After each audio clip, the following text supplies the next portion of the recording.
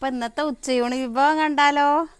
ചോറ്, സാമ്പാർ, കടുമാങ്ങ, പയറ് മെഴുക്ക് വരട്ടി, ഉള്ളിച്ചമ്മന്തി. ഇത് നമ്മൾ രാവിലെ ദോശയ്ക്ക് ഉണ്ടാക്കിയതാണ് കേട്ടോ.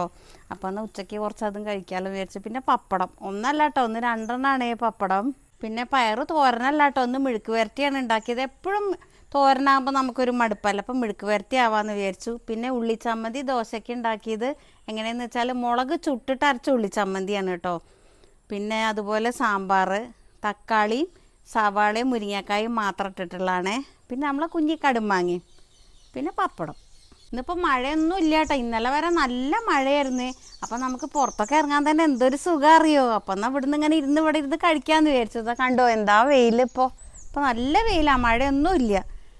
അപ്പോൾ കൂട്ടുകാരെ ഇന്നത്തെ ഉച്ചയൂണ് വിഭവങ്ങൾ എന്തൊക്കെയാണെന്ന് വെച്ചാൽ പറയൂ കേട്ടോ, കമൻറ്റ് ചെയ്യേ.